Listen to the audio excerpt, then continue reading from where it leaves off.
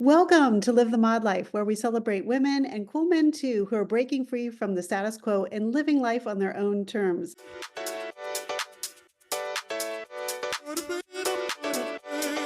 Hi, everyone. I'm Jennifer Abernathy, and together we're going to explore stories of transformation, resilience, and empowerment. Plus, each month, I'm going to bring you Get Ready for Mod News. This is insights and trends to inspire your life's journey. So let's rise above the expectations, unlock our true potential together, and remember, it's not midlife, it's mod life. And if you're not living your mod life yet, you will be on your way after listening to this episode. Let's go.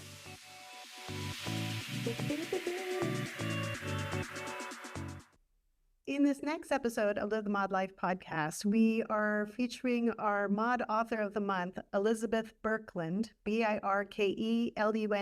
She's a 3-time national novelist, and we're talking to her about her latest paperback launch of her book, A Northern Light in Provence. And this book takes place in Greenland and Provence, and it is a love story, but it's also a story about someone finding themselves. And I thought it would be a great summer read, and I wanted to introduce the book to you and also introduce Elizabeth to you. So enjoy this interview. It's also going to be playing on our YouTube channel, so you will actually get to see this one and see us both talking there at Live the Mod Life. Enjoy and welcome to our book series here on Live the Mod Life. Hi, everyone, and welcome to this author series here on Mod.Life. And today we are joined by the author of this book, Elizabeth Birkelund, who's joining us from, I'm going to assume, New York City? Yes. Yes, from New York City, joining us live. And if you're watching the recording here on YouTube, welcome. Please, if you want to follow Elizabeth before we jump in, you can visit her website at, is it www.elizabethbirkelund.com? Correct. And Birkelund is Birkelund. And this is her book, A Northern Light in Provence. And we are doing this talk now because this book is now out, or is coming out on paperback. It's out. It's out now on paperback. And this is her third novel. So welcome, Elizabeth. Thank you, Jennifer. So happy to be here. Thank you. Yes, so great to see you. And what's really cool, if you go to Elizabeth's website, you will see that this is her actually third book. And in my fortune of being able to speak with Elizabeth before, I've learned that this is really almost the third in, I guess, what we could say is a trilogy, correct? Can you say that loosely?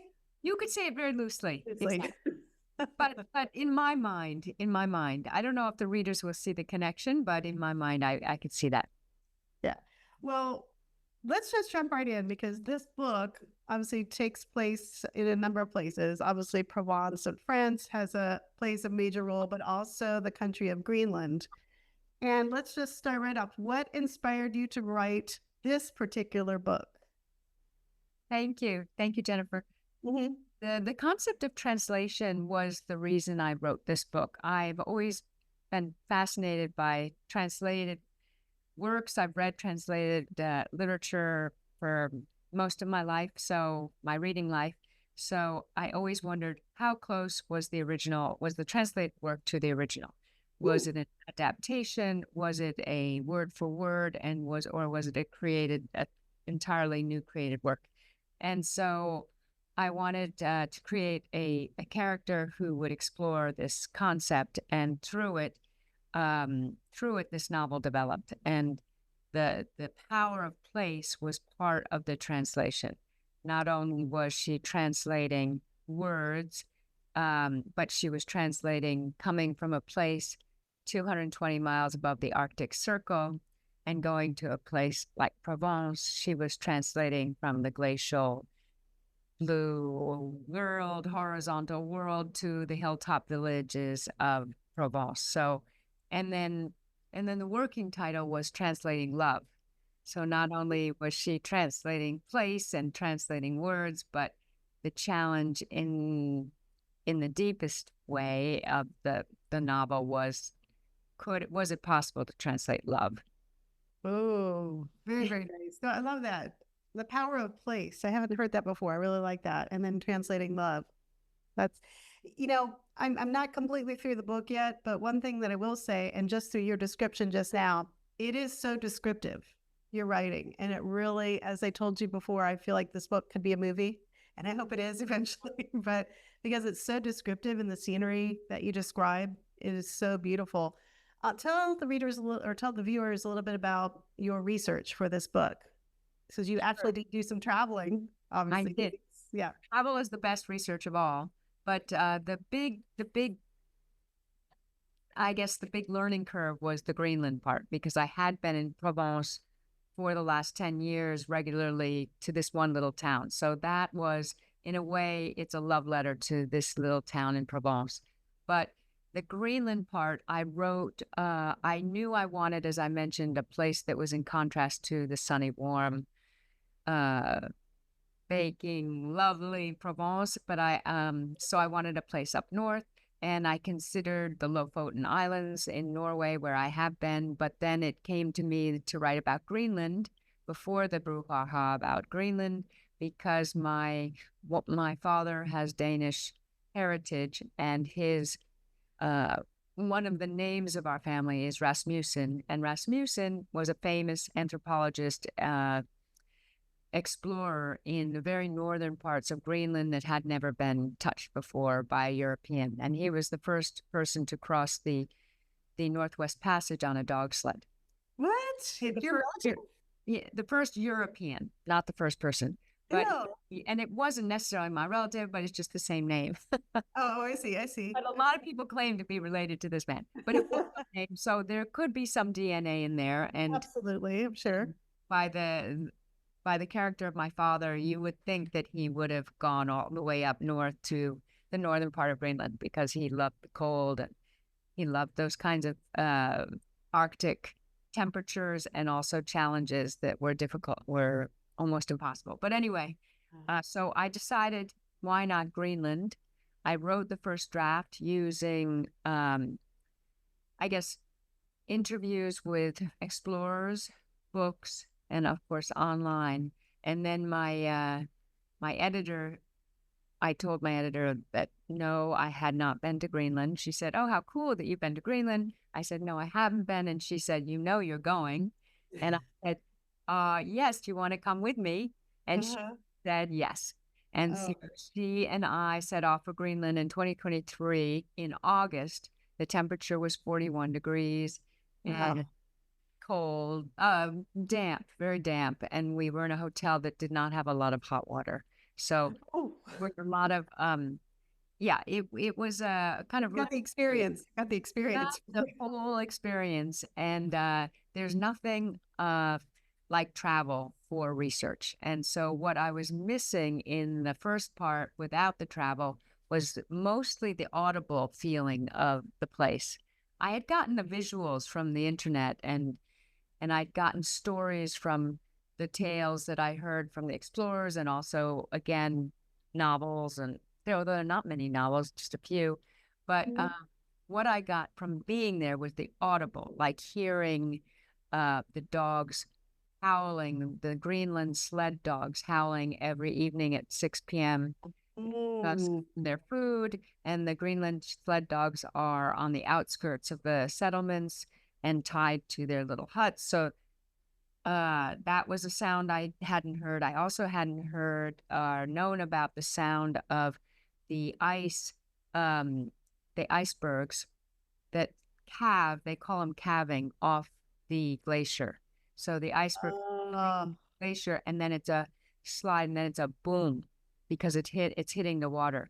So hear that, and they say you hear it all the time now, and I did hear it a lot, and that is like experiencing climate change in the present, in real time, right? Real time, and it's a frequent sound, and it is a boom, and it is a little bit of a call, not a little bit, a call to doom.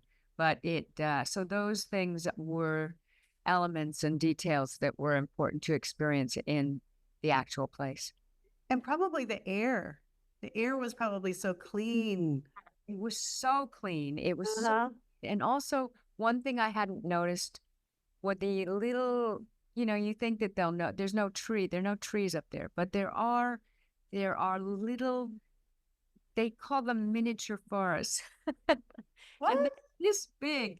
The little, if you look closely at the rocks, there are these lichen and there's moss and then there's these little forests developing on the grass and that are like little forests. So it's like Oh mini my God. forests. That like little bonsai trees, like little. Yes, like miniature. Because That you is can't so cool. the weather if you're very much if you're a tall Right, but right, right. so anyway, and Mhm. so the little flowers and the little wildflowers and those little details that you can't capture just from reading or seeing stuff on. Right, right. Well, you really do transport people there in your book and just again describing these scenes. So what a great experience for you as the writer, yes, to actually be there and to discover that unknown, like the audio portion of Yeah, Greenland, how different it is, right? yeah, and also to have my editor there who Right, right, right, right. read the draft and was, we discovered one thing that I got very much wrong was that I had in the town where my main character lived, which was called, it was actually a settlement, not a town, in the 30 people who lived in this settlement. And I had driveways and I had trucks and I had emergency vehicles and like any place you can imagine being an American. And it turned out that there were no roads in this place. So we both discovered that together that we had, oh my goodness, I can't have a driveway, I can't have gravel, I can't have trucks, I had to have boats and ATVs, and so that was a major change that I had to make in the book. Yeah, that's good. Which you wouldn't, yeah, obviously you had to have gone there, I you know, had to have to gone there. learn that. Yes. I would never have not gone there, but it was really great to go with my editor. Oh, And incredible. a good And friend. then obviously the French culture also plays a role in this book. And I know that's had a big influence in your life overall. Tell me a little bit about that in that year. I know we're both Francophiles. We love, and even here at Mod.Life, I wanted to have a bit of a French influence within it as well. And so again, is what drew me to this book. Um, Tell me the impact of the French culture on you and the role that it plays a bit in this book. I should be wearing my French scarf. I Yes. always am wearing my scarves, and so Oh, no yeah.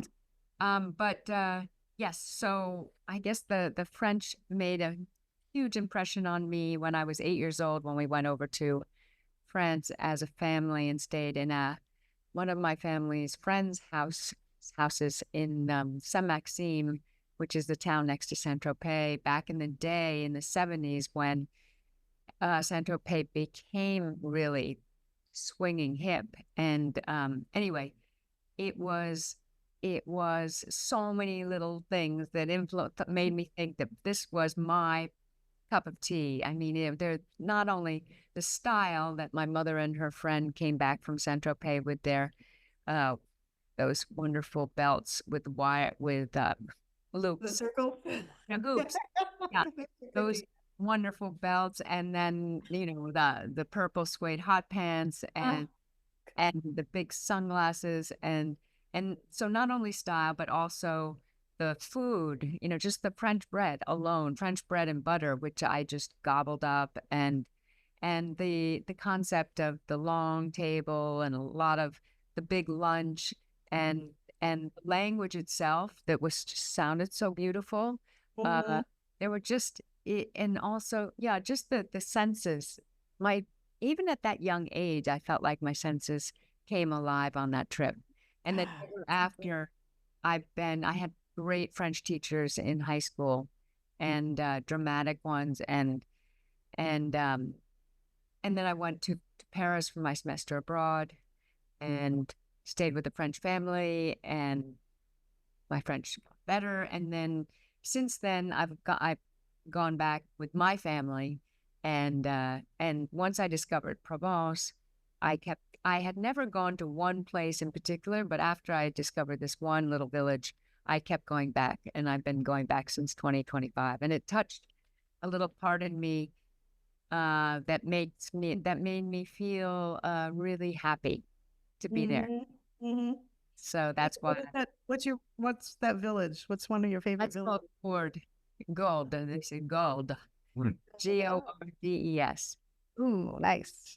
Nice. Wonderful. No, I think I've told you before when you said that you'd went over there, I think at 8 years old. I was like, wow, what an experience. I mean, just to have that impression and that life experience at that age is absolutely going to impact you. Yeah. So I'm envious of that. That's so cool. So this book, it has obviously the themes, or, Greenland and France obviously play a role in the book, but there's also a theme of self-discovery. And right. And I guess I want to talk a little about who this book might be for in terms of the readers that are out there. What types of things do you think they should be interested in order to really like this book? I mean, obviously it's a fiction book, but if they like travel, if they like culture, if they like self-discovery, if they like relationship. Yeah, well, it's all of those things, I would say.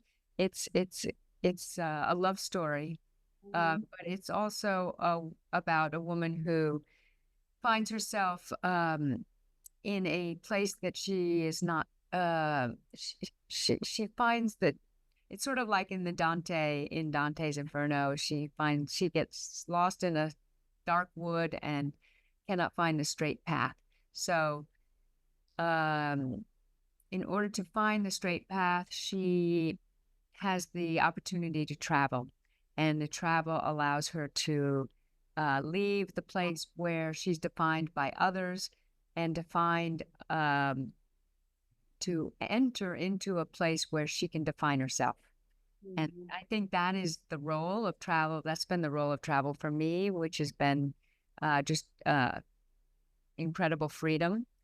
Once you leave a place and come to a new place, you discover things about yourself that you never knew, and you're able to have the space and the time to actually notice what makes you happy and what makes you tick and what makes you feel true, what makes you feel comfortable.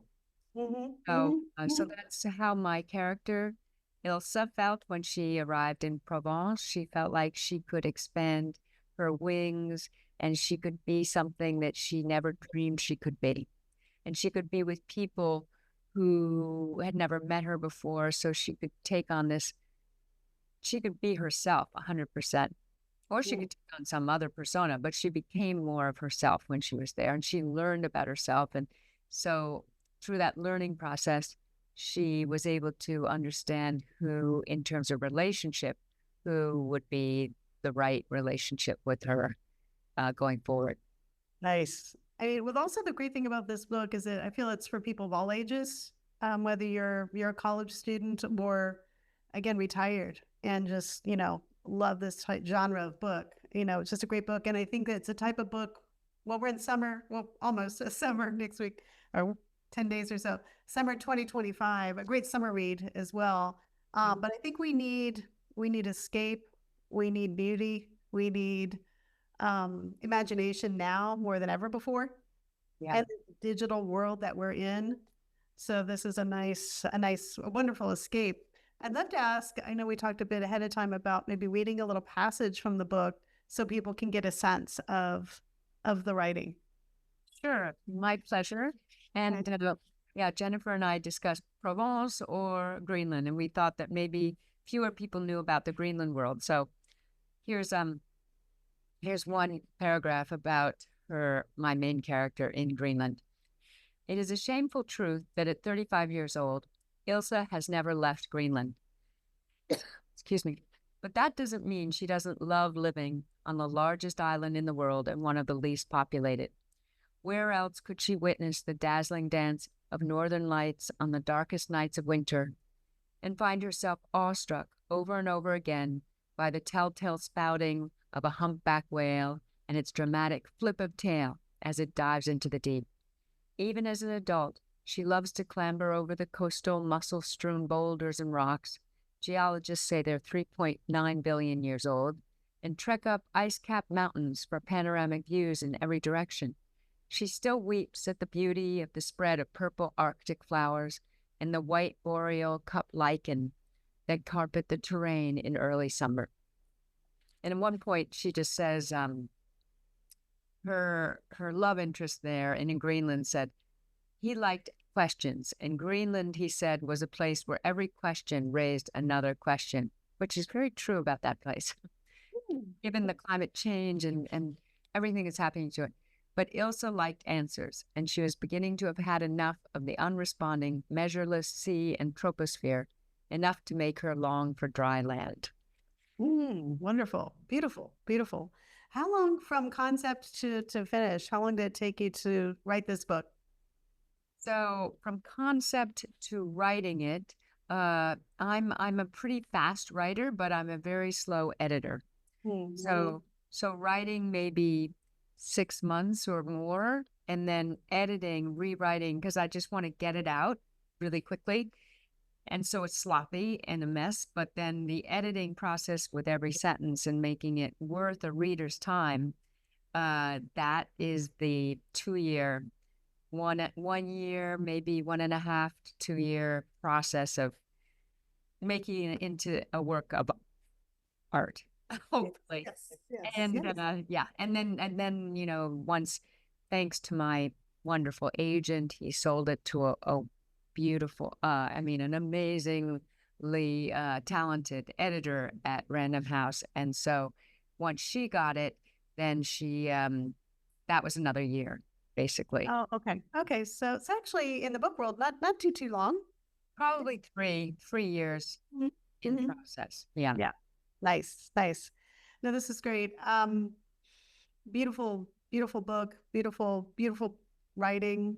Love the cover as well. Did you have any say in the cover design? Cover design, I did have some say in the cover design. The first cover was a picture of a street in Italy, actually. And then we discovered that, oh no, we can't use this. It's not Provence. So, but this is an actual street in Provence, in Ped-le-Vieux, where I have been many, many times. And it looks like this. And it was from a photograph that I had sent them. Oh, great. Wow. That's great. Cover designer named Elena Giavaldi. So she's Italian. That's why maybe she was attracted to right. Your person. Hello, Jane. This, so they came back and asked, how does this look? And how did it feel to me? Did it feel authentic? So they were really encouraging me to get involved, which was really nice. Really. Right, because that doesn't happen that often. Right. So I was happy. I was very happy. And the paperback, the paperback, it looks a little different.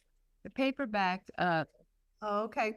Print is different. So the print, I think I like the print better in the paperback. Sorry, I like both. I like both. They're both good. Yeah, they're both good. Right here with me. But anyway, yeah. So that was fun. That was a fun part of the process. Oh, that is fun. So you are out now also speaking. You're speaking at events. I know you were speaking in New York City last night. Yes. So, yeah. So if people wanted to hire you to come speak to, whether it's their conference that they're having, etc., where can they reach you at? They can reach Janet Appel. And Janet Appel would be or they just go onto my website, which is elizabethbirkelund.com. And at the end, it says contact, and you'll see the name of Janet Appel, who is wonderful at arranging all kinds of events, and she will call you, and it'll be a great conversation. I look forward to having you meet Janet Appel. Okay, so we'll put both of those in the notes on the YouTube channel so people can click on and find. And then I also encourage them to follow you on Instagram, which is is it Elizabeth Birkelund? That's correct. Yeah. Yep, your name, which is great. So now the big question, first of all, thank you. I encourage everyone to get this book. If you're looking for an escape, a creative escape away this summer into a beautifully written and wonderful story, please get this. And also, if you haven't checked out her other books, which were The Dressmaker, and The Runaway Wife. Yes. I've got a copy of one. Yeah, if you've got copies of those, I'd love for you to show. This is The Dressmaker. I love that cover. I just love that cover. and it's set in a little town in north of Paris called Senlis. Yeah, And that's my next read, by the way. I'm reading that one now oh, because I love fashion. I love Paris. So I know yeah. as well. And there's a tailor who falls in love with a woman whose wedding gown he's designing. Oh, come on. I just got the chill. Come on. And this is the other book, The Runaway, Ooh, nice. set in the Swiss Alps, and about a woman who actually it's about three daughters of a mother, and the mother is lost, or not lost, but she's nowhere to be found in the Alps, and they are looking for her and can't find her, and one hiker they run into takes over the search for them, and he meets her in the Alps, and they have quite an experience together. Oh, very, very nice. Very, very nice. They're all the European settings. Yes, yes. I love that. I love that. Okay, well, yes. So lots to read, everyone. Two things. Do you have an idea for your next book? I'm working on the next book. Everyone.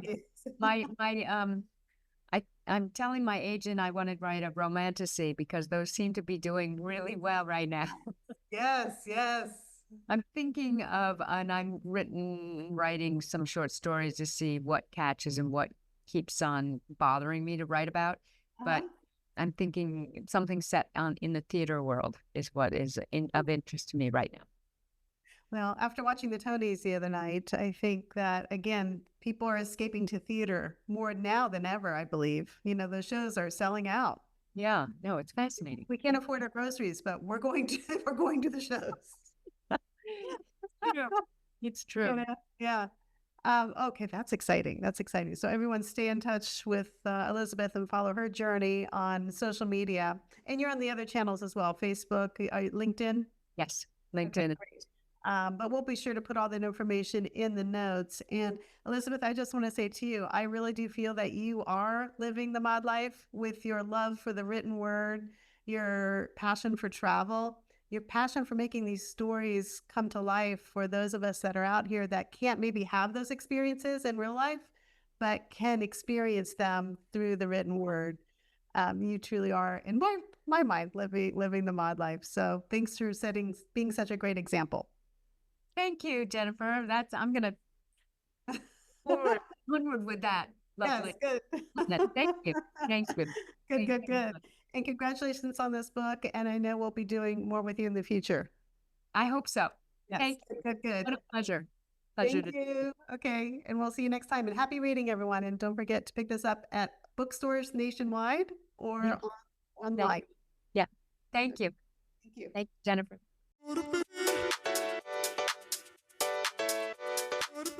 Thank you for joining us on this episode. I hope you enjoyed it as much as I did. And as you continue your journey, may you be guided by the power of possibility and the courage to create the life you truly desire, no matter what your age. Welcome to our community of Mod Women, where every day is a chance to dream bigger, live fuller, and thrive in all aspects of life.